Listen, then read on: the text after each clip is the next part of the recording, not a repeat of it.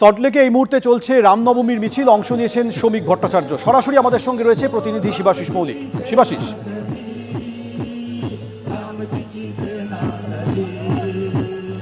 দেখো এই মুহূর্তে আমি দাঁড়িয়ে রয়েছি সল্টলেকে এবং সল্টলেকের 2 নম্বর ট্যাঙ্ক থেকে এই রামনবমীর শোভাযাত্রা বেরিয়েছে, যার মধ্যে অংশ নিচ্ছেন রাজ্যসভার বিজেপি সাংসদ তথা বিজেপির রাজ্য সভাপতি শ্রমিক ভট্টাচার্য এবং সল্টলেকের বাসিন্দাও।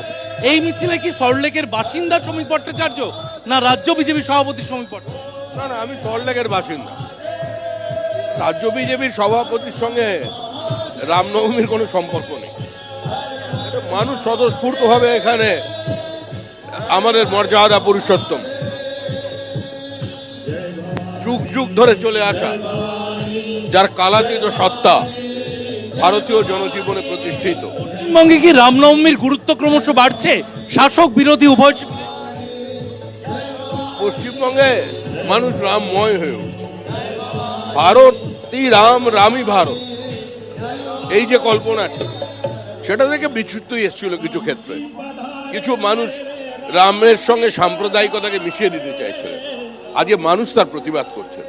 এটা প্রমাণ হচ্ছে যে ভারতে থাকতে গেলে রামের বিরোধিতা করা যাবে। সবাই আজকে রামের আশ্রয় এসছে। রামনবমীর এই মিছিল দেখে আপনি কতটা স্বস্তিতে ভোটে রাখেন? সারা ভারতবর্ষে রাম, সারা ভারতে রাম।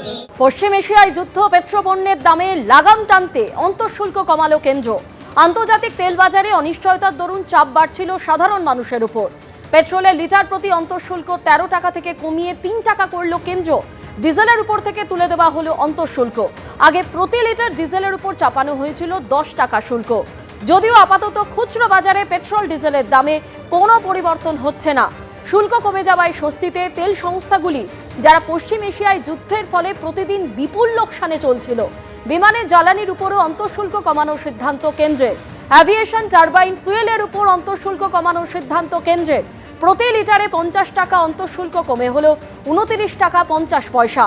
জ্বালানির দাম বাড়ায় যাতে বিমানের টিকিটের দাম না বাড়ে, সেদিকে তাকিয়ে পদক্ষেপ কেন্দ্রের।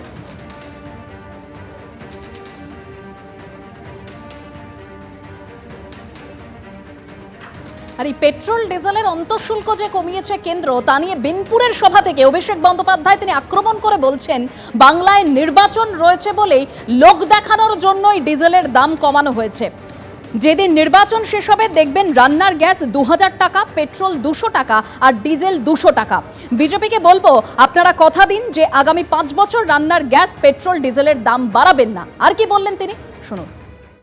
12 বছর আগে রান্নার গ্যাসের দাম ছিল 400 টাকা, আজকে রান্নার গ্যাসের দাম 1000 টাকা।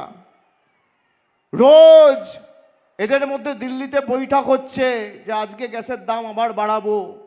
এরা সিদ্ধান্ত নিয়েছে যে বাংলার নির্বাচন অবধি পেট্রোল, ডিজেল আর রান্নার গ্যাসের দাম বাড়াবে না। আমার কথা লিখে রাখুন, যেদিনকে নির্বাচন হবে, 29 তারিখ নির্বাচন, 30 তারিখ রান্নার গ্যাসের দাম 2000 টাকা হবে, আর পেট্রোলের দাম 200 টাকা হবে, আর ডিজেলের দাম 200 টাকা হবে।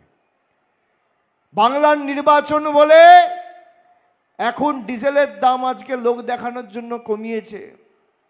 আমি বিজেপিকে বলবো, নরেন্দ্র মোদী, অমিত শাহ, কেন্দ্র সরকারের প্রতিনিধি, আপনি মানুষের কাছে আসুন, মানুষের কাছে দাঁড়িয়ে আপনি কথা দিন যে রান্নার গ্যাসের দাম আগামী 5 বছর বাড়াবো না, পেট্রোলের দাম বাড়াবো না, ডিজেলের দাম বাড়াবো না। তৃণমূল প্রার্থী পদ প্রত্যাহার করে নেবে, এত বড় কথা বলে দিচ্ছি। যেদিনকে বাংলার নির্বাচন শেষ হবে সেই দিন বা তার পরের দিন 2 দফায় নির্বাচন, 23 আর 29। 30 তারিখ দেখবেন এরা রান্নার গ্যাস 2000 টাকা করবে, আর পেট্রোল 200 টাকা করবে, আর ডিজেল 200 টাকা করবে। এই হচ্ছে বিজেপি। সারা পৃথিবীতে যখন একটা মন্দার আঁচ, তখন একমাত্র সূর্যের কিরণ ভারতবর্ষ। প্রধানমন্ত্রীর সাধারণ মানুষের স্বার্থে তার এই সদর্থক পদক্ষেপকে আমরা স্বাগত জানাচ্ছি এবং রাজ্য বিজেপির পক্ষ থেকে তাকে অনেক অনেক অভিনন্দন এবং কৃতজ্ঞতা জানাচ্ছি। মানুষ যখন একটু হতাশার মধ্যে আছেন, আতঙ্কে আছেন, একজন প্রশাসকের দায়িত্ব হচ্ছে মানুষকে আশ্বস্ত করা, শান্ত করা, তার পাশে দাঁড়ানো, তার সাশ্রয়ের ব্যবস্থা করা। তার জন্য মুখ্যমন্ত্রী তার মাসুল প্রত্যাহার করতে পারতেন। কোভিডের সময় একই বিবৃতি দিয়েছিলেন।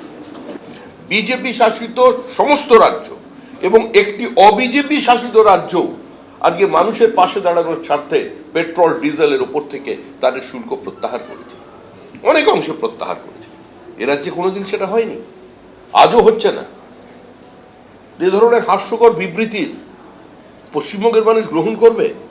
এবিপি আনন্দ, এগিয়ে থাকে, এগিয়ে রাখে।